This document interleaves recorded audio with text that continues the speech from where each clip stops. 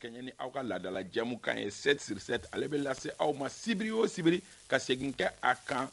karidoyaw fɛ nɛgɛ kaɲɛ 7 wagati an bɛ aw fo ka waleɲuman dɔn aw ka danaya la a bɛ san caman bɔ ka ɲɛsin ni jɛmukan kelen in ma walasa k'aw kunnafoni a fɔra ka tɛmɛ ni jɛmukan in ale ye jamana kunkanko fɔ kɛnɛ ye jamana kunkanko tɛ dɔwɛrɛ ye ko minnu n'olu bɛ kɛ jamana kɔnɔ ka olu ta k'u di kunnafonidilaw ma u k'u hakilina di a kan nin dɔgɔkun in kɔnɔ bakurubaw ye min ye o ye k'a fɔ jalakiw olu bɛ ka bin kɔ tuguni an ka finitigilakaw kan jalaki minnu ni dugu dɔ bɛ yen nɔ ko ɲawuro o yɛrɛ bɛ sofara mara kɔnɔna la a yirala k'a fɔ k'an ka finitigilakaw k'u ye dankari yen kaw la tuguni an bɛna hakilina miiri kɛ o jalaki ninnu kan n'an bɔra yen nɔ procureur de la cour suprême dɔgɔkun in kɔnɔ kɛrɛnkɛrɛnnenya la septembre kalo tile 6 a ye bataki dɔ bɔ ka jangasere da ko maa minnu bɛ fɛnw san fɛn minnu ni a bɛ maaw bolo maa minnu ni jalaki binnen dɔ olu kan nka bataki wɛrɛ tilala ka bɔ o kɔfɛ ko procureur ko k'ale m'a fɔ surɔ a yɛrɛ bɔra ka ɲɛfɔli kɛ a ko kan an bɛna hakilina miiri o kan n'an bɔra yen nɔ an bɛna hakilina miiri kɛ fana an ka parti politique kan parti politique jumɛn ko don an ka parti baw caman bɛ yen nɔ maa minnu n'olu y'u tu tigɛ ni olu ntanyana ka ban partiw bɛ kɛ dengan dɔ ye o dɔ ye RPM ye o dɔ ye IRD ye olu yɛrɛ ka kiiri kunkan kuma dɔ bɔra nin dɔgɔkun in kɔnɔ an bɛna hakilina miiri kɛ ninnu bɛɛ lajɛlen kan maa welelenw k'a daminɛ ne kiniyanfan fɛ Ami Baba Sise ABC Le Figaro maa ɲɛmaa don Radio Sahel o fana maa ɲɛmaa don ABC i ni ɲankuma Isaka ba i ni sɔgɔma anba na kuma diyara n da n b'a fɔ président i ni sɔgɔma ayiwa kuma wɛrɛ ton style est bien merci beaucoup vraiment n b'i fo n bɛ auditeur ni minnu bɛ kan lajɛ télé la n bɛ bɛɛ lajɛlen fo o bɛɛ i laminɛ ka n confrère ninnu fo k'a fɔ ni mɔgɔw y'an ye yan nɔ cela veut dire k'an welela de awɔ an bɛna hakilina de di jagoya tɛ mɔgɔw ka sɔn jagoya tɛ fana mɔgɔw ka ban donc on dit ce qu'on pense ala ka kuma bɔ an da kuma min b'an kisi ka jamana yɛrɛ kisi amina yarabi Musa Soyon Kabara ka bɔ journal l'indépendant na Musa i ni ɲankuma Kaba i ni sɔgɔma n foli b'i ye kosɛbɛ foli diyara n ye a foli bɛ lamɛnbaga ni lajɛbagaw bɛɛ lajɛlen ye i laminɛ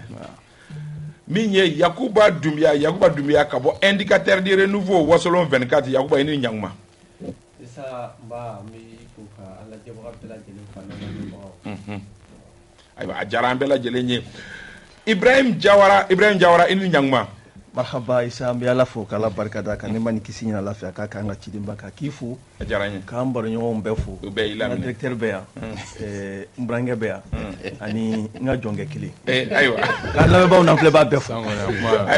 ala k'a jan k'a d'an ma an bɛna don baro kɔnɔ an y'a fɔ k'a fɔ n ko jalakiw binnen don nka yanni an ka don o kɔnɔ ko ni dɔ kɛra surɔ min ye premier ministre par intérim ye ale ye dantigɛli dɔw kɛ an bɛ tour de table kelen kɛ o kan i ye a suivre i ye mun tɔmɔ a kɔnɔ n y'a suivi mais n m'a bɛɛ suivi parce que courant tigɛra an ka yɔrɔ la awɔ sur courant tigɛra plus de 10 fois an ka yɔrɔ la o yɔrɔ jumɛn Ɲamana Tetebugu donc fɛn daminɛna ne y'a daminɛna lajɛ mais kɔfɛ j'ai suivi juste vers la fin ne ma cɛmancɛ kɔni suivi mais ne kɔni ye min suivi un peu a segera ka na k'a fɔ bon baara tun bɛ ka taa cogo min baara bɛ taa a bɛ continuer o sira kelen de kan k'a fɔ ko bon Mali bɛ ka taa cogo min kɛlɛ min donna an ni partenaires ninnu cɛ an tun ma ɲɔgɔn faamu sinon kumaɲɔgɔnya tun bɛ sen na jusqu'à présent ko bɛ ka sira ta dɔɔni dɔɔni gouvernement bɛna fɛn bɛɛ de kɛ pour que date minnu fɔra élection ko la a ka se ka ɲɛnabɔ ko jugu tɛ jamana la jugu tɛ transition na parce que peut-être mɔgɔw ma faamuyali kɛ donc olu bɛna fɛn bɛɛ de kɛ pour que mɔgɔw ka se ka faamu bref ni y'o yɔrɔ ninnu dɔrɔn de suivi quoi parce que tiɲɛ yɛrɛ la ne ma bɛɛ suivi. Musa e y'a suivi i ye mun tɔmɔ premier ministre par intérim bon ne y'a ka kumakan in lamɛn ne bɛ se ka min fɔ a la o ye k'a fɔ a ye kuma min kɔni kɛ a kɛra i n'a fɔ hakilijiginw de caman kɛra a la kosɛbɛ ka da kan a ye plan d'action gouvernement ka plan d'action min ni o adoptera a nana a seginna o kan kosɛbɛ ka kuma o kan ani sujet minnu bɛ jamana kɔnɔ sisan i n'a fɔ organe unique sigili ko donc a seginna ka kuma olu kan ani Mali ni jamana wɛrɛ minnu ni ɲɔgɔn cɛ minnu bɛ yen a kumana olu kan kosɛbɛ hali dumuni ko vie chère ko ninnu a kumana olu bɛɛ lajɛlen kan donc globalement a kɔni ye kuma fɔ kuma minnu fɔra hakilisigi kɔnɔna na ani basigi kɔnɔna na minnu kɛra kumaw ye ni peut-être a tɛna kɛ sababu ye ka fintina wuli mɔgɔw ni ɲɔgɔn cɛ i n'a fɔ peut-être kɔrɔlen an tun b'a ye cogo min na donc a kɔni pour l'instant ale ka kumaw a bɛ mɔgɔw hakili sigi ka da kan a tɛ kuma fɔ min bɛ don mɔgɔw gasi la cogo dɔ la donc o b'a yira k'a fɔ ale ka sen fɔlɔ in bon a bɛ se ka kɛ daminɛ ɲuman fɔlɔ ye min bɛ se ka basigi barika jamana kɔnɔna na. Ayiwa Jawara a lamɛn wa i ye damadɔni tɔmɔ a kɔ wa e ye mun tɔmɔ premier ministre par intérim kɔ. Ne ye fitinin tɔmɔ a kɔnɔ mais yanni ne ka don o kɔnɔ ne bolo à ma connaissance ne ye a nasarakan de mɛn n ma bamanankan mɛn fɔlɔ a bɛ se ka kɛ o kɛra o ma kɛ fɔlɔ ne bolo ni kunnafoni sugu bɛ di jamana kɔnɔdenw ma jamana kɔnɔden fan caman bɛ kan min mɛn u ka to ka kunnafoni di o la o ye tiɲɛ n'a ma ya k'a fɔ ko an bɛ fɛ ka Mali kɛ Mali kura de kunun ko minnu tun bɛ kɛ i bɛ taa sɔrɔ sisan ni kuma ninnu fɔra ni ye maliden sigi kɛmɛ sara la min y'a faamu yɛrɛ a tɛ tɛmɛ 10 duuru kan a dun bɛ ka adressé malidenw de la Mali ka hakilinaw de bɛ ka fɔ a ka kuma kɔnɔ a ye foli ta ka ɲɛsin Sokɛli ma wulikajɔ min b'a la espérance min b'a la politique nasiraw fɛ a ye olu ɲɛfɔ o kɔnɔna na a ye dugawudon k'a ye k'a fɔ a bɛ bana min kɔnɔna na a bɛ dugawu kɛ Ala k'a ɲuman segin a ye baara bila yɔrɔ min na a ka continuer mais a ko a bɛ sinsin min kan axe 4 min bɛ yen ni Sokɛli ko la ma i ka taara CNT ɲɛkɔrɔ ka taa dantigɛli kɛ k'a bɛna jamana boli o kɔnu kɔnɔna o gakuru kɔnɔna na olu bɛna sinsin o kelen in de kan journaliste y'a ɲininka lakana ko armée bɛ ka monter en puissance la o kuma in ye tiɲɛ wala tiɲɛ t'a ko kɔni nɔgɔ foyi tɔrɔ bɛ se ka vérifier hali n'a sɔrɔla diɲɛmaw bɛ ka Mali tɔgɔ tiɲɛ bi k'a fɔ Mali bɛ ka taa mɔgɔw bɔnɛ u ni na bon lakanabaliya bɛ ka juguya Mali kɔnɔna na a ko o kuma ninnu tɛ tiɲɛ ye armée bɛ ka seko kɛ bi bon don n'a nataw fana na an b'a juguya k'a fɔ résultat jɔnjɔnw bɛ ka bɔ o kɔfɛ a kumana réforme politique institutionnelle kan k'a fɔ yɛlɛmaba minnu kan ka don jamana sariyaw ni politique siraw kan a y'a jira k'a fɔ o baaraw daminɛna bon don n'a nataw la fana u b'a jigiya k'a fɔ o baaraw n'u bɛna kɛ fo ka taa se élection générale minnu kan ka kɛ u k'u bɛna wulikajɔw bɛɛ lajɛlen kɛ mais kuma yɛrɛ sinsinlen min kan o de ye malidenw ka fara ɲɔgɔn kan bi parce que a y'a jira ka kuma na transition opposition t'a la dɛ a y'a fɔ voilà n'an bɛ fara ɲɔgɔn kan an bɛ fara ɲɔgɔn kan kabini ale ma nin jɔyɔrɔ sɔrɔ Asimi y'a ɲini u fɛ u bɛɛ ka fara ɲɔgɔn kan an ka don da kelen fɛ an ka bɔ da kelen fɛ ni jɔyɔrɔ in kalifalen a la fana Asimi y'a fɔ a ye bɛɛ ka fara ɲɔgɔn kan an ka don da kelen fɛ an ka bɔ da kelen komi an yɛrɛ ka Mali yɛrɛ jamana sigikan bɛ min fɔ donc a ka kuma ne bɛ min faamuya la dɔrɔn o ye nin ye a ye dɔ sɔnna détail dɔw ma ani an partenaires ni ɲɔgɔn cɛ ani gɛlɛya minnu bɛ jamana kɔnɔdenw bɛ kule la olu la a y'i da don olu la bakurubaya ne bɛ se ka min de fɔ a la. Yakuba Dunbiya. Kaba merci ni ye an ka premier ministre intérimaire ka kuma ta k'a jateminɛ ni jateminɛ min y'a la o ye ko fila ye fɔlɔ ye mun ye d'abord a ye jamanadenw hakili sigi filanan ka an ka partenaires a kɛra ni kokana ye ani jamana minnu bɛ baara kɛ ɲɔgɔn fɛ a y'olu fana hakili sigi parce que n'i ye jateminɛ kɛ transition daminɛ ni sisan cɛ ale de bɛna ka premier ministre sabanan ye premier ministre fɛn fɛn nana a bɛɛ n'a ka programme de nana u kan ka baara kɛ ni fɛn mun ye olu de nana donc ni Mokhtar Wane nana o nana n'a ta ye o ta fɛnɛ nana n'a ta ye donc n'ale nana nin cogo la même si a ma confirmer mais est-ce que a nana a ko ka Sokɛli ye baara min daminɛ k'olu bɛ tɛmɛ ni o de ye o kɔrɔ ye k'a fɔ ale bɛ wagati kunkurun de la sinon mɔgɔ caman tun t'o dɔn o de la a nana ka na mɔgɔ hakili sigi parce que fɛn fɛn nana olu bɛ nana n'u ta ye n'ale fɛnɛ nana nin cogo la hali n'a sɔrɔ a ma confirmer fɔlɔ mɔgɔ hakili bɛ k'a la est-ce que nin tɛ stratégie wɛrɛ fɛnɛ n'a ta tɛna na transition daminɛ cogo min na délai min fɔra k'a essayer k'o bila de mettre en cause k'a fɔ o tɛna se ka kɛ parce que ne ni n ka programme kura de nana an k'a essayer k'a yɛlɛma don a la pour que a ka se ka taa ɲɛ o problème tun bɛ yen nɔ parce que siga bɛ mɔgɔw la o la ni fɛn fɛn nana o bɛɛ n'a ka programme de bɛ na donc ka mɔgɔw rassurer k'a jira non a tɛna kɛ fɔlɔ fila min tɛmɛna a tɛna k'o sugu ye parce que o fila fɛn fɛn nana d'abord ni Sokɛli nana o y'a sɔrɔ bɛn tun kɛra wagati dɔ la ko 18 mois d'abord Sokɛli ye Mokhtar Wane tun ye fɛn fɛn kɛ a y'o bila a nana n'a ta ye wa 18 mois min tun fɔra a ko ale ka baara tɛ se ka k'o kɔnɔ a ye dɔ fara a kan mun tun b'a jira partenaires la ani maliyɛnw la intérimaire min nalen filɛ nin ye k'o fana tun tɛna o kɛwale kelen kɛ c'est à dire ka dɔ fara transition durée kan ani Sokɛli nana ni mun ye ka fɛ surtout a ka axe filanan ni n bɛna n da mɔgɔ la sisan o ye a ye rupture de kɛ avec le système de Sokɛli cogo di an kana mais a dun y'a jɛya ko Sokɛli ye minnu fɔ k'olu bɛna tɛmɛ n'o ye oui mais Sokɛli ye mun fɔ oui o axe 4 a bɔra ka mun fɔ sécurité ni fɛn ninnu réforme politique ni fɛn ninnu oui mais président ye kuma min fɔ Sokɛli ye Kuluba a tagalen o kuma fɔlɔ mun ka gɛlɛn n'a bɛɛ ye k'u ka jamanadenw fara ɲɔgɔn kan mais fo sisan Sokɛli ma se k'o kɛ o mais est-ce que Ablaye fana bɛna se k'o kɛ a y'o de fɔ depuis nana aye opposition de retour de Takayra ko fait parce que Moussa Kuma c'est important Chogal ka discours na ale kumbe piki ke mugula politiquement be pigué maintenant chaque fois ne me ka politiquement caresser ku negene ka gerawla jamana jole do be ku ngudi da ka gere nyona opposition te no an opposition ko be mugo na fina opposition te no i don se me yelema ni te dogoya ni te buruja ni façon ko de du e be songa na aywa am ta nyefe am ba do ka fo ne re kon nga jetem ne folo mi yo ka fo nani bi che afasara kon aw yo jetem ne afasara aywa bayira ka ko baray man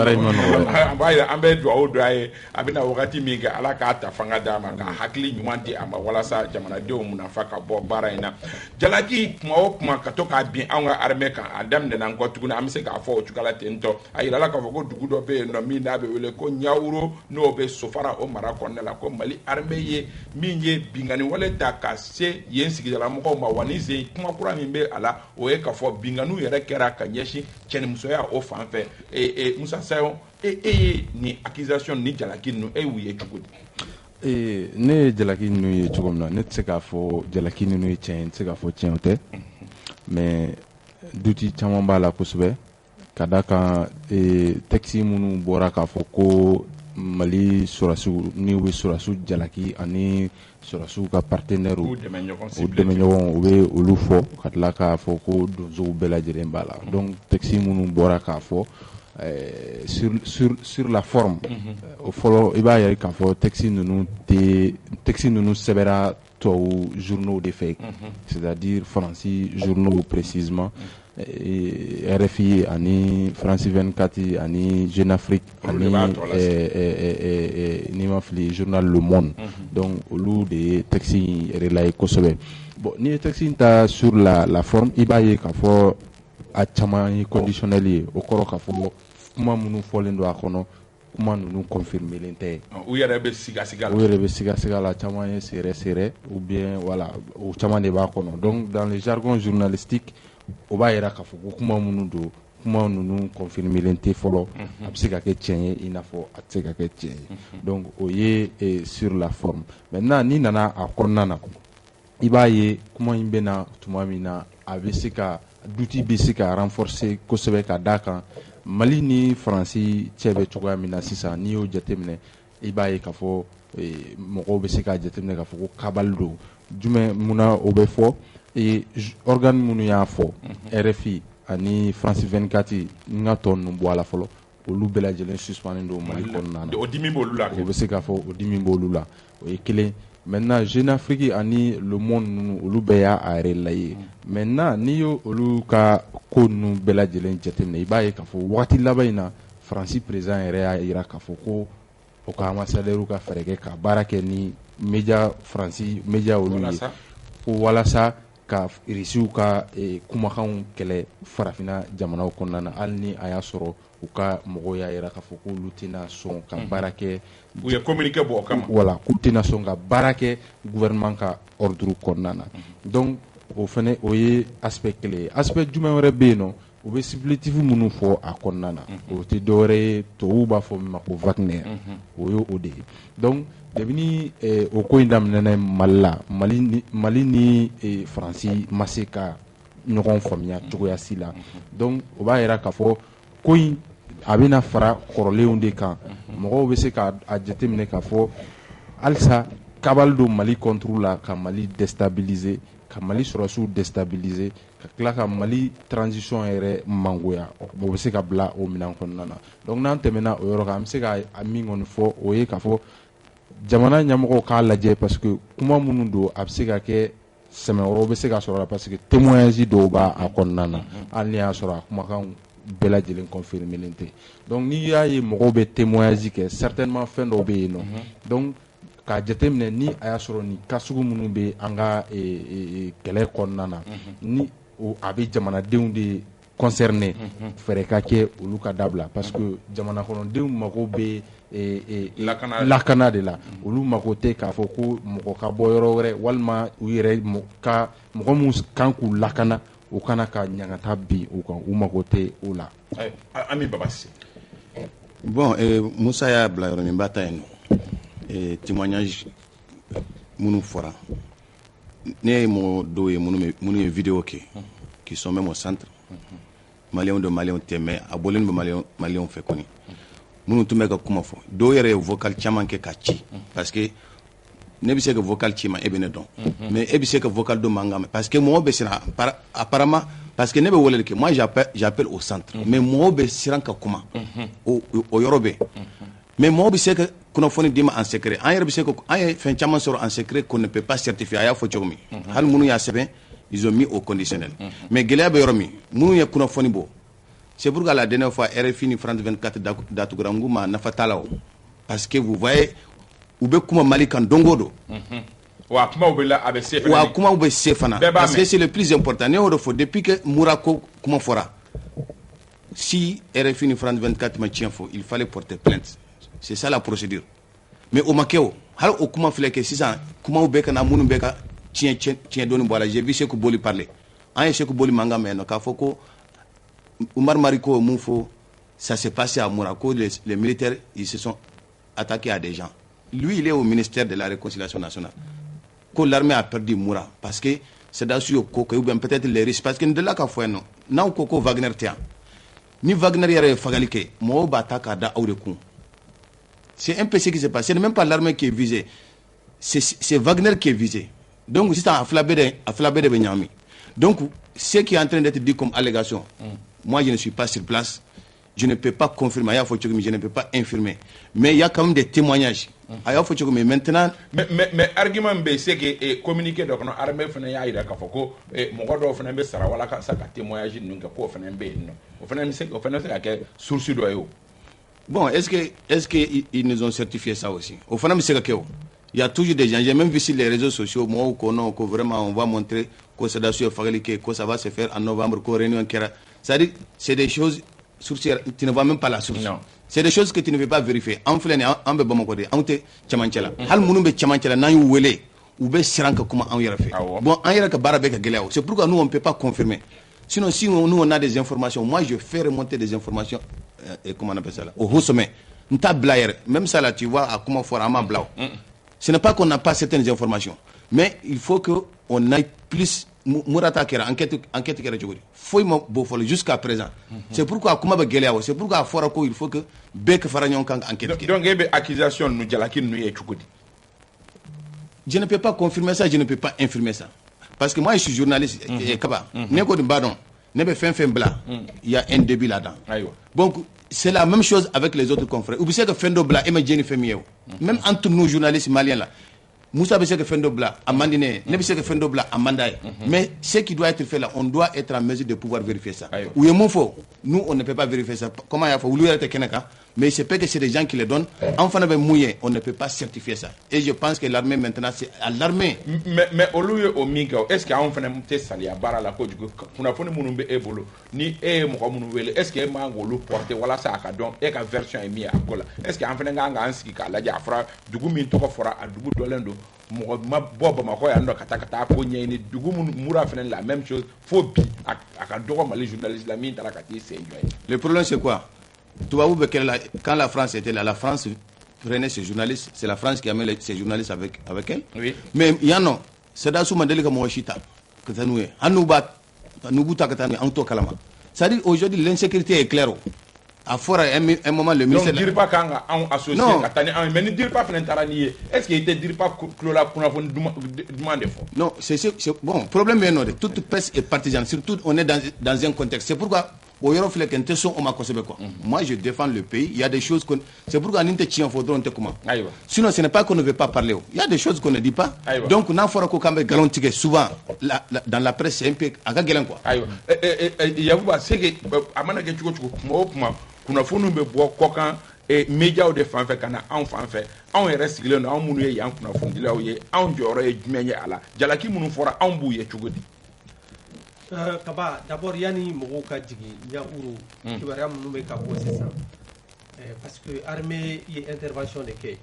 pour jume din nana ni armée ka intervention dama mogo law amu me RF la amu me France 24 la terrorisme ka jugu ni fembe ya kliba la jouer kalo kletan nan temeni baraji do be soufara ou baraji be caman de servi ani hectare birika ji de di o mɔgɔw ma o bɛ malo sɛnɛ a la terroriste de taara bombe don la k'o baraji tiɲɛ o sabote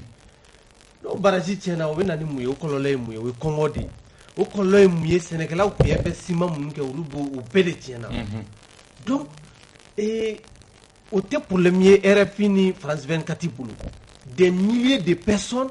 olu ka kɔngɔ ko olu ka problème insécurité alimentaire o tɛ problème ye u t'a tɛ maga o la maintenant ni situation b'o cogo la sɛnɛkɛlaw bɛ k'i jija k'a essayer k'i sɛnɛ fitinin minnu kɛ u bɛ ka taa olu fana empêcher encore ka fɛn kɛ mais problème yɛrɛ jumɛn ye ɲauru problème ye mun ka jugu n'a bɛɛ ye armée bɛ terroriste u bɛ na tiɲɛniw kɛ sa n'a y'u gɛn n'u taara don dugukɔnɔla la mɔgɔ tɛ ye o kɔrɔ ye ko complice bɛ dugu la complice tɛ dugu la hali n'i b'u dɔn i tɛ se k'u tɔgɔ fɔ n'i y'u tɔgɔ fɔ c'est fini pour toi u b'i faga u b'i ka denbaya bɛɛ faga donc bɛɛ b'u dɔn mais mɔgɔ si tɛ se ka kuma armée ye o gɛlɛya de bɛ yen donc armée fana y'a ka temps ta k'a ka renseignement ɲini armée ma taa ten parce que a fɛnna a ye renseignement de kɛ ka sigi k'a ɲɛɲini fo k'a renseignement o ka communiqué la o y'o de fɔ renseignement fiable de b'u bolo u taara jigin o de la u ye dɔw neutraliser u ye dɔw minɛ mɔgɔ caman bɛ na wa mɔgɔ minnu recherchelen don kosɛbɛ o mɔgɔ dɔw b'o la donc n'o arrestation ninnu kɛra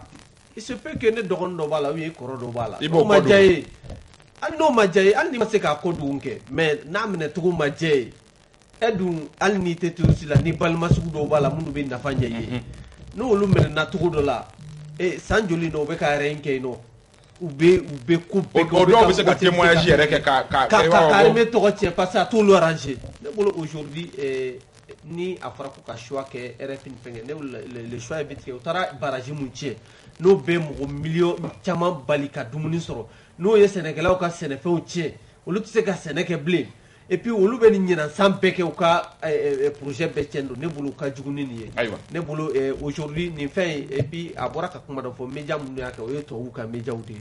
o tubabuw ka média ninnu chaque fois ni armée bɛ ka succès ni fɛnw kɛ o b'a essayer ka élan perdu ka essayer ka nkalon dɔ tigɛ k'a da armée la c'est à dire kɛlɛ n'a ka an b'a fɔ ko dommage collatéraux ni kɛlɛ bɛ kɛ kɛlɛ n'a kɔlɔlɔw bɛ ɲɔgɔn na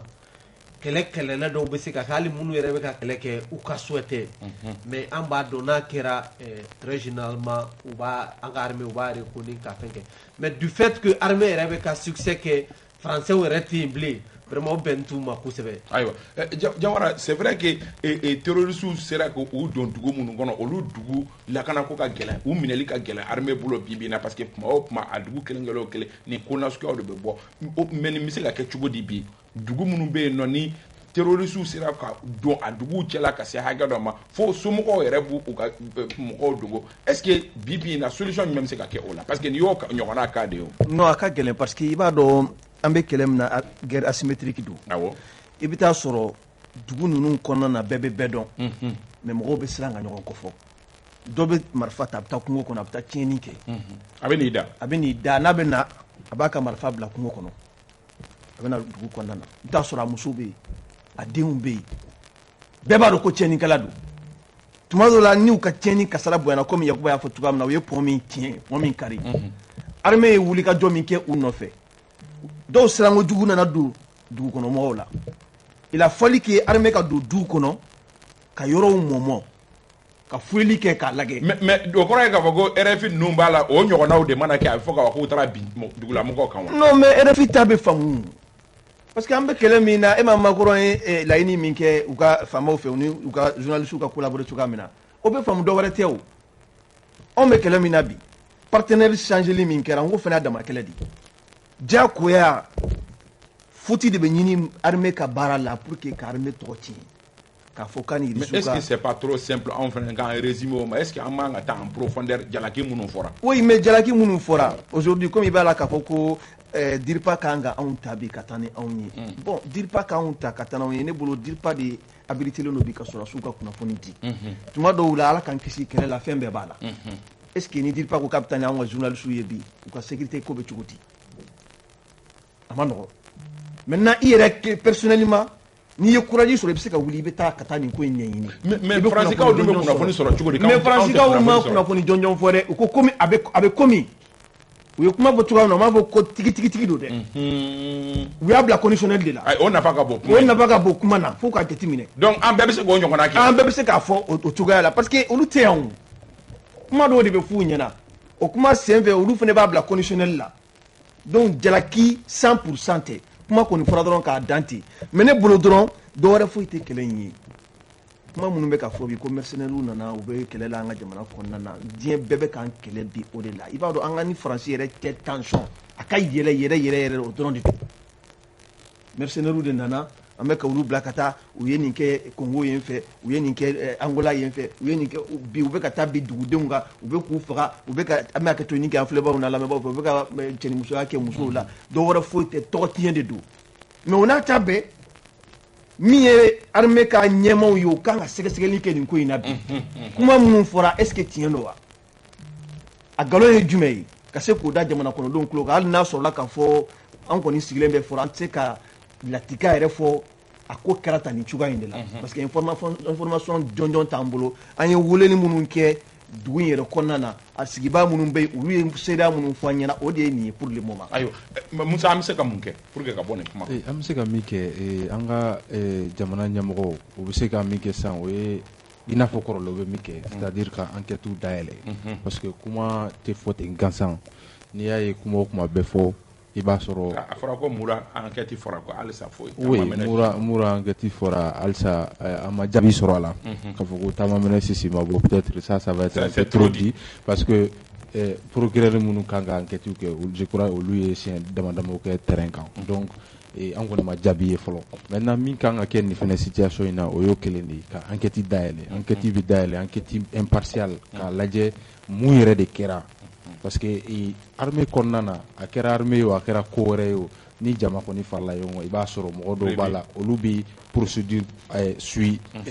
scrupuleusement mais dɔw b'a la olu fɛnɛ bɛ taa sira wɛrɛw fɛ donc k'a lajɛ mun de kɛra dugu in kɔnɔna na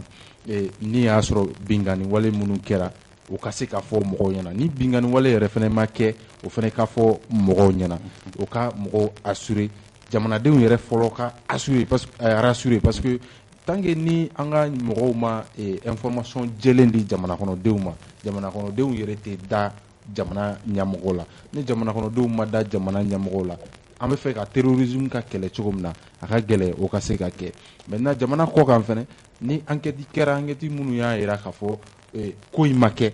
o bɛ se ka jamana kɔkan mɔgɔw fɛnɛ hakili sigi walima ni jaabi y'a jira k'a fɔ mɔgɔ damadamaw tun bɛ a kɔnɔna na olu ye nin action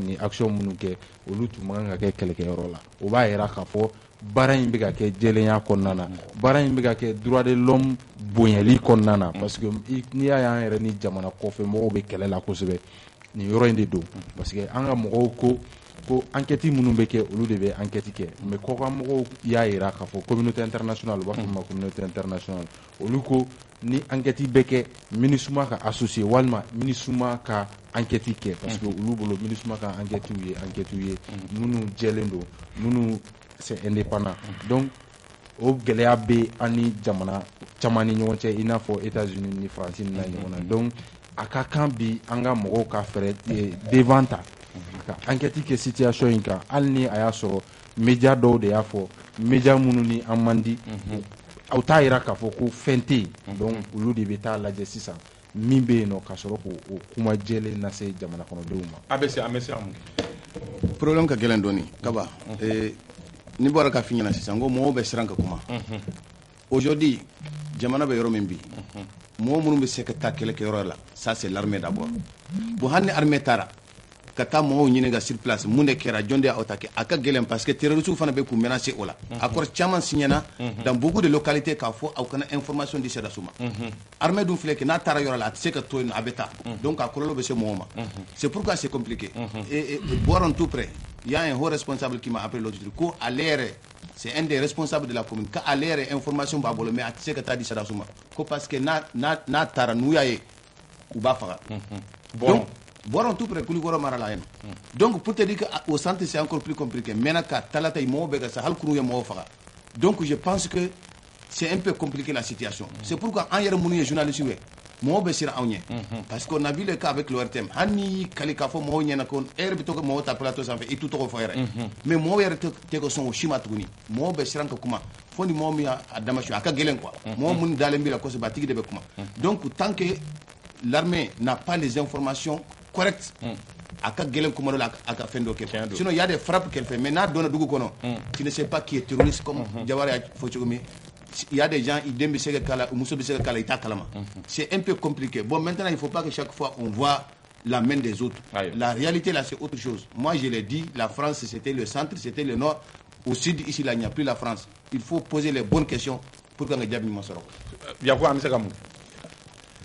Réseaux sociaux, je suis tout là. Parce que nous avons des informations qui sont arrangées, on va partager. Groupe ni fɛnw la c'est vrai mɔgɔ wɛrɛw ka se ka kɛ mais minnu yɛrɛ ka baara ye kunnafoni di olu kan ka se ka u janto ni sugu partager la parce que minnu y'a sɛbɛn u y'a bila conditionnel la olu yɛrɛ dalen t'a la kunnafoni dila e bɛ permettre k'o partager mais o fɛnɛ réseaux sociaux tɛ parce que ni fɛn ni mun man ɲi jamana ma o k'u partager dabila parce que an ka autorités y'a décidé ka RFI ni France 24 datugu Mali la mais n'a fɔra ka tila ka kan ka da mɔgɔw ye n'u ye fɛn minnu bila an kana essayer k'u partager a fɔra médiaw kana partager sinon mɔgɔw b'a partager o donc de toutes les façons médiaw habilitelen don olu de autorisélen don ka information traiter k'a di ni bɛɛ y'i yɛrɛ kɛ information tout le monde est journaliste problème dɔ de ye o ye o de ye problème bɛ fɛn kɛ mais ne kɔni bɛ mun fɔ in na dɔrɔn kɛlɛ min de don n'i ye jateminɛ kɛ depuis 2012 nin kɛlɛ in bɛ sen na an bɛ to ka RFI ni fɛnw lamɛn nin dugu n'an tuurilen don nin bɛ tan a dɔ kɛra a ma mɛn yɛrɛ mun ye Menakata ye ko f'u yɛrɛ ko kɔnɔ ko gouverneur taara kan kɔnɔ ko fo k'ale exfiltrer u bɛ mɔgɔw jaw u bɛ mɔgɔw lasiran quoi donc ne bolo o fɛn filɛ ni i ye mɔgɔ ye mɔgɔ min b'o kɛ i kana dɛmɛ a ka baara la a dɛmɛ n'a ka baara la o tɛ dɔwɛrɛ ye a bɛ ka kuma min fɔ ou bien a bɛ ka mun sɛbɛn i kana partager parce que ne y'a partager e b'a lase mɔgɔ caman ma k'a sɔrɔ a hakili tɛ k'a bɛ se mɔgɔ minnu ma une seconde c'est-à-dire moi je suis journaliste il faut respecter tous les journaux du monde. Jeune Afrique de Koyano ko Shogel Mangene. Mo bora ka agalontige. Akere chogodi. C'est-à-dire les médias, une chaîne d'information ou bien un journal ou bien une radio, na fait d'offre. Au bas c'est segedi. Angane wuli donc afo ko tiente. Et puis kabano, c'est que me fika mu farao kadro, c'est-à-dire que ni information m'a dit atamunu ka ankati. Abe na ni spéculation nous ne fait oui. Dire pas, c'est vrai qu'avec un param qui a caillé, mais Alissa, dire pas qu'un cadeau fera qu'un baraka. En tout cas, famille, nous, ni information qui a circulé plus de 48 heures, dire pas, mais c'est qu'un boka fauchique. Et puis, à fin de chamambé, non. Alors, par exemple, ou dire pas qu'un conférence terminée, ou boni pour alors que polémique terminée, menaire, au don d'aller au Jabi. Il faut vérifier, on ne va pas parce que, ouais, mais ou luka barade do ni information ma dadi wakati la munu be information soro to ka chaw mais munu habilité len do la ulu ta de be mine ka boloko la mais no lu ma son ka kuma wakati la pour chaque fois ulu be réponse de la ni mun kuma na ninte ni mun kara mais radio wera obse ka information soro dire pas nya chugo voilà ni o kera dire pas ka c'est vraiment mais exemple que l'impédiment moi j'ai l'habitude de dire pas directeur ba wula tout moment avec téléphone ta Solomon en bas fou ni y'a wula avec téléphone ta mais ni y'a wula information ma difficilement n'a se kuma donc ni ma son ka kuma ni journaliste a ka information sur ore ka di e be kla ka ta bo ka foko te che ne bolo aujourd'hui kan ka bo posture la ka information di mo ko ba la wakati mina yani a ka ke fen korole o ka kla ka foko be réponse aywa ambe dire pas ma nyemo fo colonel Suleiman Damele ani colonel Mariam Sagara ambu fo muganga ke Jawara min kan ka kɛ communication yɛlɛma ka don a la ni an ka armée ka kunkanko kuma dɔ bi ne bolo DIRPA de ka surun o la bi ni diɲɛ mɔgɔ bɛɛ ye awɔ parce que force étrangère minnu tun bɛ yen olu bɛɛ rentré la presque bi anw ka kɛlɛkɛcɛw de bɛ terrain kan ni DIRPA mago bɛ information fɛn fɛn na à temps réel a bɛ se k'a sɔrɔ ka jamana kɔnɔdenw kunnafoni i bɛ siran mɔgɔ min ka nin dun kana to k'i sungusungu tiɲɛ don parce que ninnu bɛ ka fiɲɛ bɛɛ de ɲini anw ka armée la min b'a to u bɛ se k'u mangoya diɲɛmɔgɔ ye donc ni o cogoya bɛ yen a ye kɔn a ka kunnafoni jɔnjɔn di jamana kɔnɔdenw ma min b'a to siga minnu bɛ yen o la n'olu ye min fɔ an b'o minɛ an bɛ baara kɛ ni o de ye mais n'olu ma fɛn fɔ fo mɔgɔ wɛrɛw de y'a fɔ fo mɔgɔ wɛrɛw ka bɔ fo jamana wɛrɛw continent wɛrɛw la k'o fili bɔlɔlɔw ni fɛnw sanfɛ finalement jamana kɔnɔdenw hakili bɛ to filan na filanan ye mun ye jamana kɔnɔdenw k'u taabolo yɛlɛma. Tu peux ne pas aimer la transition, mais armée an bɛɛ bɛ ɲɔgɔn sɔrɔ armée de la. Kuma bɛ kuma na tuma dɔw la kana ta k'i ka armée secret parce que n'i y'a ye hali ni arajo minnu bɛ diɲɛ kɔfɛ ou bien ni journaux minnu bɛ diɲɛ kɔfɛ u bɛ nin kuma sugu sɔrɔ c'est parce que maliyɛn dɔw de bɛ yen tuma dɔw la olu de bɛ kuma dɔw lase u ma o. Donc maliyɛnw u ka fɛɛrɛ kɛ bi an ka militaires an k'u dɛmɛ information nasiraw b'a la hali ka kunnafoni di kɔfɛ mɔgɔw ma tuma dɔw la mais ni jamana bɛ jamana n'i ye nin sugu kɛ ni bɔ kɛra kalama i bɛ minɛ de o parce que jamana bɛ temps de guerre de la donc kunnafoni dɔw bɛ yen olu ma hali n'a sɔrɔla dɔw ye tiɲɛ ye tuma dɔ la a tɛ bɛn i k'olu ɲɛfɔ a téléphone kan yɛrɛ kan ka se ka localiser a kan ka localiser o si tɛ se ka kɛ voilà mais finalement i b'i yɛrɛ ɲininka quoi tout cas ne bɛ se ka min fɔ dɔrɔn DIRPA k'a ka taabolo yɛlɛma ka information di à temps réel min b'a to waso ninnu bɛ don jamana kɔnɔdenw hakili la o bɛ se ka bɔ yen cogoya min na. ayiwa an bɛ aw fo o sujet la an bɛ taa an ka sujet filanan kɔnɔna la kɛrɛnkɛrɛnnenya la communiqué procureur de la cour suprême ale ye communiqué bɔ communiqué min ni a kun fɔlɔ bɔra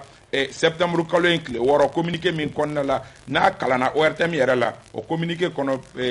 procureur bɛ kangari da mɔgɔw ye ko minɛn minnu bɛ yen ni maa dɔw bɛ yen n'olu bɛ k'u bolola fɛnw kɔ a ɲini ko olu feere ko ni maa min kɛra sababu ye k'o san ko e wo i ye mɔgɔ min bolola minɛn san o k'aw bɛɛ bɛ gosi bere kelen na d'abord Jawara n'i ye communiqué in ta ka jateminɛ fɔlɔ an ka kuma communiqué in yɛrɛ kan e ye communiqué in ye cogo di kalo tile 6 communiqué. communiqué ne y'a ye a cira ne ma ko n k'a lase an ka chaîne sanfɛ effectivement n y'a lase mais o kɔnɔna na an ye dɔwɛrɛ fana ye min ni a tɛ kelen ye ka se ka fiɲɛ bɔ procureur ka kumakanw na o ni min cira ne ma o n'o tɛ kelen ye mais ne ma se ka fɛn min faamuya ni n bɛ ka n yɛrɛ ɲininka komi sariya ko kumaw de don anw tɛ juge ye yan nɔ a fɔra mɔgɔ minnu bɛ yen n'u nɔ minɛnen don sariya fɛ u bolo fɛnw a bɛ se ka kɛ du ye a bɛ se ka kɛ dugukolo a bɛ se ka kɛ fɛn wɛrɛw ye ni u ko k'u b'a feere maa minnu ma mɔgɔw kana u san parce que n'i y'a san tuma dɔ la ni ala ma far'i kan i bɛ kɔlɔlɔ sɔrɔ a la moi ne ye n yɛrɛ ɲininka il y a ce qu'on appelle la présomption d'innocence ni minɛna hali ni da taara mandat de dépôt de la fo kiiri ka tigɛ k'a fɔ kuma min fɔr'i ma i nɔ b'a la wala i nɔ t'a la n'o tɛ a bɛ yira k'a fɔ e nɔ tɛ foyi la bon n'i nɔ tɛ foyi la i ka bien min bɛ yen yala a bɛ daga i k'o feere wa wala a tɛ daga i k'o feere wa ne n yɛrɛ ɲininka o la a filanan il y a les droits de propriété comme an ka constitution yɛrɛ y'o garanti e ta ye min ye o y'i ta ye e sagoya b'o la k'o kɛ cogoya min ka di ye bon ni o droit de propriété bɛ yen mun b'o o bɔ i bolo ko i tɛ k'o feere mɔgɔ wɛrɛ ma ne ye n yɛrɛ ɲininka o fana na maintenant mɔgɔ minnu b'a san jɔn de nɔ minɛnen don sariya fɛ jɔn de ma nɔ minɛ sariya fɛ e b'o dɔn cogo di ne ye n yɛrɛ ɲininka o la fɛn dɔ bɛ fɔ u b'a fɔ ko la mesure conservatoire juge d'instruction de bɛ se ka ta ni siga kɛra mɔgɔ min na k'a nɔ minɛna sariya fɛ ka mandat d'a kan k'a ka minɛnw a bolo fɛn dɔw bɛ yen juge d'instruction bɛ se ka olu bila justice ka bolo kan a bɛ se ka feere sira minnu fɛ olu bɛ ladɔnniya k'a fɔ ko karisa ka nin fɛn ninnu tɛ se ka feere n'o kɛra n'a sɔrɔ ni dugukolo don san n'i taara k'i bɛ taa dugukolo san ni titre foncier don domaine b'a f'i ye k'a fɔ ko non nin bɛ kiiri ka bolo kan o bɛ kɛ cogoya condition de bɛ o fana na a ka taa sɔrɔ e nɔ minɛnen don k'i to baara min kɔnɔna na i bɛ taa sɔrɔ e ye fɛn dɔ sɔrɔ san 30 o fɛnw b'i bolo i minɛnen don fɛn minnu na rapport foyi tɛ o ni kura in ni ɲɔgɔn cɛ la o tɛ se ka don a kɔnɔ ne bolo ni mesure conservatoire ni nafa tun ka bon kosɛbɛ juge d'instruction ka baara hukumu kɔnɔna na ka tɛmɛ tuma dɔ la ni communiqué in kan a dɔ fana ye mun ye n'i y'a jateminɛ an ka jamana kɔnɔna na bi mɔgɔ dɔw bɛ yen ko olu a bɛ se ka kɛ k'u nɔ bɛ ko yuruguyurugu nasira dɔw fɛ susceptible u y'a fɔ cogoya min na mais o jɔn ye ɲininkali bɛ yen sariya yɛrɛ ko hali n'i minɛna n'i ka kiiri ma kɛ fɔlɔ tu es présumé innocent i nɔ t'a la i nɔ t'a la mais i ma minɛ fɔlɔ yɛrɛ fo bisigi de b'i kan hali bisigi yɛrɛ e yɛrɛ t'a kalama ko bisigi bɛ a bɛ se ka kɛ k'i nɔ bɛ tarasi dɔ bɛ yen k'i nɔ b'a la bon finalement John a fait un ça. Bon ma yɛrɛ ɲininka Musa communiquer yi communiquer fɔlɔ yi. Bon i b'a dɔn ne tɛ ka kɛ polémique ye koyi, c'est-à-dire déjà procureur yɛrɛ bɔra k'a yira k'a fɔ ko a ka communiqué kɔni jɛlen don, donc an k'o la tile fɔlɔ communiqué min bɔra tiɲɛ don. Les 6 communiqués mais les 8 communiqués côté communiqué kɔrɔ min bɔra ka dɔ in démenti o tɛ tiɲɛ. Donc an b'o bila kɛrɛfɛ. Voilà. Donc an bɛ kuma les 6 communiqués. Maintenant communiqué min bɔra ne bolo communiqué a kan ka kɛ pour moi. Pourquoi a kan ka kɛ de un mɔgɔ minnu bɛ minɛnw san mɔgɔw bolo, mɔgɔ minnu bɛ dugukolo san walima u bɛ fɛn wɛrɛw san mɔgɔw bolo, a bɛ se ka kɛ sababu ye e min bɛ fɛ k'i ka wari e min y'i ka wari don dugukolo la i ka wari bɛ kisi, parce que n'i ka wari don minɛna min jɛlen tɛ min bɛ se ka minɛ kɔfɛ i ka wari bɛ se ka tiɲɛ, a bɛ se ka kɛ sababu ye olu ka wari bɛ kisi. Dɔ ye côté dɔ in fɛ o ye jumɛn ye, mɔgɔ minnu bɛ yen nɔ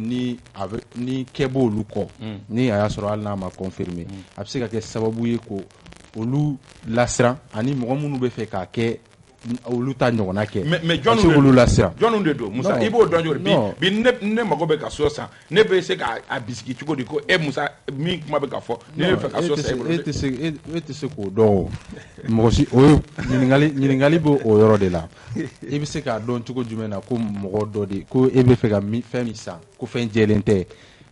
i tɛ se k'o dɔn. Donc o kɔrɔ ye ko siga bɛ Mali fonctionnaire bɛɛ la bi kɛ. An bɛ yɔrɔ min na sisan mɔgɔ minnu ne bɛ se ka min fɔ a la o ye jumɛn ye, mɔgɔ minnu bɛ yen nɔ ni minnu minɛnen don walima ni mandat bɛ minnu contre la i bɛ se k'olu de jateminɛ. Donc olu bolofɛn man ka san bi. I bɛ se k'olu jateminɛ parce que tant que ni mɔgɔ bɛ juge s'il est devant les juges a ka ko i b'o jateminɛ parce que n'a bɛ ka minɛn feere e ma e t'a dɔn minɛn bɔra yɔrɔ min na. O de la mɔgɔw b'a fɔ hali bamanankan na ko zon a n'a bolofɛn sanbaga k'a bɛɛ lajɛlen ka kan. Donc ni mɔgɔ bɛ justice ɲɛkɔrɔ k'a fɔ ko justice bɛ ka a juger walima enquête bɛ ka k'a kan o bolominɛ man kan ka san, mais n'o bɔra la mɔgɔ minnu bɛ yen nɔ k'a fɔ ko olu bɛ k'u ka minɛn feere e tɛ se k'o ye ten dɔrɔn k'a fɔ ko nin tigi ko nin ye zon ye. Ayiwa Yakuba Dunbiya. Kaba ne ye communiqué nin a ye ne jigilatigɛ kosɛbɛ kamasɔrɔ ne ye question caman posé n yɛrɛ kun, ne ye jateminɛ kɛ fɛn in bɛɛ daminɛ ye mun ye an bɛ OCLEI mɔgɔw fo yan, Office central de lutte contre l'enrichissement illicite, olu de bɛ ninnu détecté k'a fɔ ni so in bɛ n bolo ni ka kan ni mankan ainsi de suite. Mais ne jateminɛ kɛ o OCLEI ka rapport laban in na u ko ka daminɛ 2015 la ka na 2015-2019 la wari min détournera Mali kɔnɔ a bɛ taa miliyari 100 ani miliyari 60 ani dɔɔnin na. N'i y'o wari ta k'a lajɛ kaba o bɛ se ka hôpitali 200 ani 60 kɔ jɔ Mali la. Centre de santé o 1700 ani dɔɔnin a bɛ se k'o jɔ, a bɛ se ka pont 40 fɛnɛ jɔ. E ko de sisan wari ka ca. Ne bolo aujourd'hui ni o fɛn ninnu kɛra OCLEI y'o fɛn kɛ a bɛ tila k'a bila justice ka disposition de la. Ne bolo ne ye question mun kɛ ninnu ka communiqué in na o question fɔlɔ mun ye jamana mago bɛ wari de la wa jamana mago bɛ ka mɔgɔw puni de. Cogo di. Voilà. Parce que ni ko mɔgɔ y'i ka wari dun mɔgɔ y'i ka wari suɲɛ ne bolo i ka suɲɛ de ye a k'i ka wari sigi i ma ye o a bɛ fɛn fɛn kɛ se ka wari ka segin e ma o tɛ kasira i bilen e k'i ka wari sɔrɔ dɔrɔn n'i ye mɔgɔ minɛ k'a ye miliyari 1 dun sisan jamana ka wari la a man k'a dun n'i y'a minɛ o de kɛ i k'a bila kaso la yen ten n'a ko n bɛ se ka n ka so feere ka a wari dɔ sara wari la. Ne bolo kan ka kɛ tare tare de ye. An y'a mɛn k'o ye camanba sara a ta la. O kan ka kɛ tare tare de ye parce que jamana mago bɛ a ka wari de la, jamana mago tɛ ka mɔgɔ minɛ k'a bila kaso la yen ten. Non, c'est-à-dire il faut que ça soit clair. Ɲangini fana ye fila ye dɛ, ɲangini ye fila ye. Ɲangini bɛ yen i bɛ sarali kɛ min na, ɲangini fana bɛ yen ka se ka i degun i k'a dɔn ka fɔ i ka nimisa. I ye sonyɛli mun kɛ mɔgɔ si ka hɛrɛ tɛ bi i ka mɔgɔ minɛ mɔgɔ min ye sonyɛli kɛ jamana wari caman dun. Ko fosi t'a bolo a bɛ se k'a sara mun na ne bolo donc an bɛ communiqué fɔ la donc e fɛ procureur ye communiqué min bɔ communiqué a sira ka ɲi a taama sira ka ɲi wa. Bon ne bolo n tɛna fɔ a ka ɲi a ma ɲi ne kɔni bolo u kan ka a kɛ de telle sorte que minnu ye jamana ka wari dun c'est vrai mais ngo procureur ko mɔgɔ kana fɛn san mɔgɔ bolo mɔgɔ tɛ ka mɔgɔ bolo a ye wari min don o bɛ sara cogo di kaba ne m'a to a k'a ka so feere a ye wari min suɲɛ o bɛ sara cogo di. non yago ma min fɔ. non ne b'a fɔ ka aw b'a fɛ ka jamana wari yɛrɛ situé non bon d'accord a b'o sigi mais n'u bɛna feere kɛ ka avocat ni fɛnw fɛnɛ sara. ayi o yɛrɛ dɔrɔn tɛ Isa i b'a dɔn problème min ye ni kɛ b'i kɔ sisan ko dugukolo caman de b'i bolo. ni e dɔ feere a la sisan o tɛ ka trace la tunu ya. ayiwa o fɛnɛ kuma dɔ ye. ni ye trace la tunu sisan. ni dɔ feere a la fɛnɛ ko wari ka verser jamana an y'a ye dɔw ye ka wari verser jamana caisse kɔnɔ pour que o ka bila o. n'i y'a ye par exemple n bɛ nalen c'est pour juste k'a préciser n'i y'a ye u bɛ communiqué kɛ c'est pour que mɔgɔ minnu nɔ minɛlen don trace kana tunu par exemple dɔw yɛrɛ kelen ministre dɔw minnu nɔ minɛlen don ale ye document fɔ o clé la. o dɔw ye ministre dɔw y'a dabɔ a kama parce que pour que ka ko in yɛrɛ datugu dɔw ye u ka parcelle k'u denw tɔgɔ la. den fitininw. bon n'i ye parcelle kɛ den tɔgɔ la sa o t'e ta ye o. o t'o trace tununi ya. justice tɛ se k'o minɛ o la o. maintenant ni a feerela sisan ni ale y'a ka dugukolo feere sisan ni justice nana ka na enquête kɛ sa dugukolo t'a bolo tuguni a bɛ kɛ cogo di. a bɛ kɛ cogo di. a ma nɔgɔn. o trace tununa de. n b'a fɛ ka kuma laban dɔrɔn juste mais e la mun na ne b'a fɛ ka u ka état kɛ soba justice fɛnɛ ka bilan kɛ jamanadenw ye nin lutte in kɔnɔ u sera ka joli minɛ yuruguyurugu mɔgɔw la k'a bila jamana kɛsi la o wari hakɛ ye joli ye. c'est vrai an fɛnɛ mako b'o la c'est important. ok n'o kɛra ne t'o kalama mais ce qui est sûr est que an mako bɛ wari la bi c'est vrai an mako bɛ wari la bi ko so maralen u bolo yen nɔ parce que n'u ma se k'u ka so fɛnɛ feere k'a wari sara ni ko juru bɛ mɔgɔ la a ka sow dɔɔni don a fɛn kɛ opportunité fɛnɛ ka d'a ma k'a feere parce que n'a m'a feere a tɛ se k'a sara o. ayiwa an bɛ passer. non Kaba, moi je ne suis pas du tout d'accord avec Moussa. Faut pas caresser c'est ni un problème de surtout le procureur général c'est un homme à problème. Je le dis mandat lancé les domi depuis qu'il a commencé à poursuivre les gens là ngo avec charia de soso. Chogodi. Il est dit qu'un ancien ministre ne se poursuit pas comme ça. Au Kera, au Temena, il y a comment faire un KTC. A communiqué Mimbo 600. Et voir que Mimbo 600, que papier blanc, il mousse Togola ou il Togola. L'occulé, il gère ça déjà. C'est pourquoi ça s'étend maintenant. L'occulé, si tu es fonctionnaire là, on vérifie, ou bien vérifier qui, mousse vérifier qui, donc vérifier. Ou bien baisser le soro. Hani est moins condamné, parce que Hani milliard de mon bolo. N'a pas de Warishun. Tant qu'à m'a condamné, il sait qu'il faut qu'Agasara. Donc, ni a tigi condamné domi, ni wari ta bolo, il va tigi blind en attendant. Ni un minera 600, même si toi tu n'as rien, nous on va se mettre ensemble là pour que qui deme ikabo. Donc, tant que moi me juge, il sait qu'il faut qu'on tigi fin chouin. Déjà, ça c'est un problème dans son communiqué. Il a même dit des gens susceptibles d'être poursuivis. Donc, c'est vrai que lui il a déjà une liste numéro dans Abou Mineo. C'est pas un procureur qui prend souvent les gens, c'est les juges d'instruction, surtout dans des affaires comme ça. Donc, comment les gens peuvent voir ça et puis au bout d'Adiaka parce que c'est la justice. Moi, j'ai appelé beaucoup de syndicalistes magistrats qui ne sont pas du tout contents. Parce que ce n'est pas bien pour l'image de la justice. On a l'impression que, avec le fin de la main, ça ne peut pas aller haut. Quand tu prends quelqu'un, moi j'ai vu des gens, ah oui, Tcherno, comment faut ça Tcherno, il est sorti en liberté provisoire. Où il y a des c'est des cautions, c'est un jugement qui est. Est-ce qu'un jugement qui est là Mounou be détention. Mais quand il y a un salade. N'y a pas de faux. Où est caution de Amabao. C'est une façon pour lui permettre de sortir. Agissement Kerami. Mounou Bolo depuis où est Mounou Mine. Pourquoi Oumoubla? Il ne s'agit pas de prendre les gens comme ça à jugement teke. C'est pourquoi Mohotenao. Les gens ne vont pas venir. Tout le monde peut payer. Donc, Ambeka pantalon sans cira, Ambeka téléphone sans cira. Tout se paye dans la rue aujourd'hui. Donc, quand faut que moyen drone tactique donc et fin sabol. Et bien, boutique qu'on a fait de ça. D'autres factures radima. Donc ça ne tient pas. Moi, si j'ai des choses à vendre là-bas, ferré. Le jour où on va me condamner là, si je dois payer quelque chose là, je vais faire fananini. Mais vous savez que moi, Bali, nous me juger, qu'il faut que moi, je fasse ça. Maintenant, pourquoi vous avez publié? Le clé a publié des noms. Mais Moun de Borala, qu'est-ce qui est sorti dans ça? Moi, ils n'ont qu'à nous donner la liste. Donc, non, Kera, Abenoya donne quoi? Non, en tout cas, on a quoi Djea quoi. C'est-à-dire que moi, nous menons, à Tina Fo, qu'on a né nous de folo. Vous êtes siga de boulot. Absega ke uno fuitala. Kiri refa ya foka ko al ni minana ko abisiale no ki no te fo. Absega ke uno fuitala ni kirikera. O ka Djea quoi. O ye kelen flana, lisi se ka bo.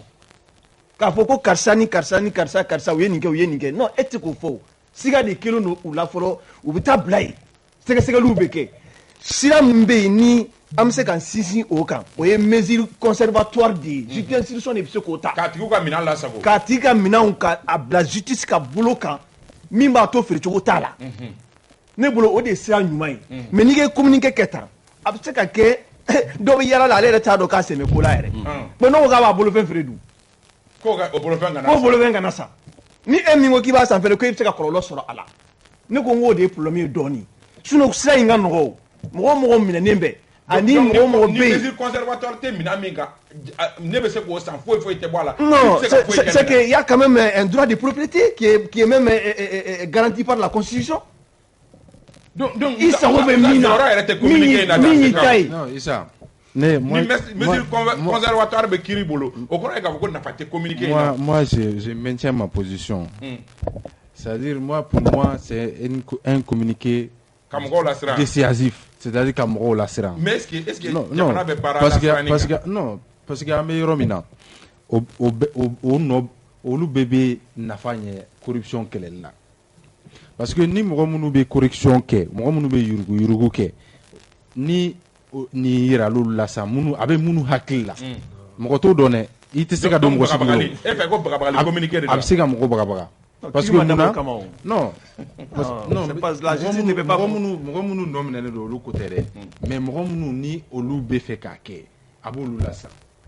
maintenant n bɛna précision di par exemple pour le cas de l'Oclei Oclei bɛ déclarer a bɛ rapport min kɛ Oclei tɛ mɔgɔ tɔgɔ préciser a kɔnɔna na u kɔni bɛ ministres fɔ u bɛ titres fɔ u ka rapport laban in na par exemple u ko dossier 6 c'est-à-dire mɔgɔ 6 olu mɔgɔ 6 jamana kɔnɔna na olu dugukolo min b'olu bolo maison d'habitation 37 37 ani 7 mais parcelle mun bɛ olu bolo 178 maintenant n'i y'a bɛɛ lajɛlen ta k'a kɛ hectare ye san a bɛ t'i jɔ 170 hectare 100 ani hectare 70 a wari faralen ɲɔgɔn kan miliyari 2 ani miliyɔn 700 donc ni i y'olu fɛn sugu ninnu ta olu tigilamɔgɔw o dugukolo b'olu bolo olu ko o dugukolo feere nin wagati in na garantie jumɛn b'e bolo k'a fɔ ko n'u minɛna don min na k'u bɛ se ka non c'était clair conservatoire da o tigi voilà o mesure yani e ka mesure conservatoire k'a kan sisan fo i ka taa sɔrɔ o de b'a bolo n'a y'a feere dun n'a y'a feere dun il faut que nin communiqué in bɛ duti de jamanadenw yɛrɛ ni ɲɔgɔn cɛ ne bolo o man ɲi kosɛbɛ a bɛ mɔgɔw siga ɲɔgɔn na ka fɛnkɛ gɛlɛya sigi gɛlɛya mɔgɔ ɲɔgɔn cɛ o ye fɔlɔ ye filanan ye mun ye halisa n bɛ sigi o kan ni jamana ka fɛn kun de minnu ye fɛn kɛ k'olu sanctionner wa i ye jamana de wari dun le minimum hali ni ye miliyari 1 don i ka se ka 500 millions lasegin ne bolo u ka stratégie changer non mais wari tɛ se ka dun ten ko wari tɛ se ka segi o de ye problème ye. Non Moussa, ce que tu dis ça ne tient pas. Et Koko Oclei be titre de faux. Quand on dit le promoteur de renouveau là, handi ma trop fort. Mon mine de abedon. Ils disent ministre. Non, je suis en train de t'expliquer. Oui, mais nous ministre de la culture. Non, pardon ça. Moi mon rabi Cour suprême fait. Ngo utobe rapport de la Vega rapport de là. Mais pourquoi aujourd'hui expressement on le poursuit? Moi nous on connaît ces noms là. Handi Oclei ma fo ambu toro don. Oui, ambu se ka don. Mais l'Oclei ne le dit pas. C'est des gens déjà identifiés. Ni jamais mais tant me fois kono. Ni tant kono. En 2015. Ouais, on donne. C'est bien clair. Donc je crois que l'Oclei, la Cour suprême doit poursuivre ces gens-là à partir de ce rapport-là de l'Oclei. Maintenant, comme nous n'a sera convoqué mesure conservatoire talembo luka minonka. Sika kono no muna kolu no sika yetarasi la ni sika bodron ka fo karni olu koni peut-être sika kono no la ku seme fena o la mbe sika lafia mo si sika bo kipita olu bolo fen santuguni ne bolo o ka no ko sebe quoi ambe o fo ka awali ngado Ibrahim Diko Dudu yam fo kabala ambe afo ko ti jaloux de ma chemise mba fo ka awali ngado Samba Tajibura alias Kabeleni ambe il faut ki wali ngado almami sagata ORTM na amba fo Mohamed Karambe Orange ambi fo Bamsa Jogolojo ne koraga ambi fo ka abana ka debaya fo Kader Traoré, Kalou Traoré, Ambou ou Bella Jelen Fo, Djamouka était fou, Moussa Temine, Kabo, Djeliba TV, la Koga, il faut. ABC ko k'i fo kosɛbɛ ko ka Musa fo kosɛbɛ an bɛ foli d'a ma Mon fils. Yakuba Sise Tombouctou-kaw fɛ an bɛ foli di u bɛɛ lajɛlen ma an ka maa welelenw ye Ami Baba Sise Radio Sahel Le Figaro Musa Sayon Kamara ka bɔ journal L'Indépendant la Ibrahim Diawara ka bɔ nin tɛ foyi la nin kɔni nin tɛ foyi la Yakuba TM1 olu ka les clients de c'est mon fils a tɛ foyi la ale de b'a dɔn indicateur Yɛrɛ Nugu ani Wasolo 24 an b'aw fo k'a waleɲumandɔn Bitu Nafo ale bolo tun bɛ nɛgɛ kɛrɛfɛ la radio fan fɛ Ousmane Togo ale tun bɛ réalisation na Dramane Kone Werason ale tun bɛ min ye régie d'antenne na an b'aw fo k'a waleɲumandɔn aw k'an bɛn sibiri wɛrɛ ni jamukan kelen kɛnɛ kan wa salam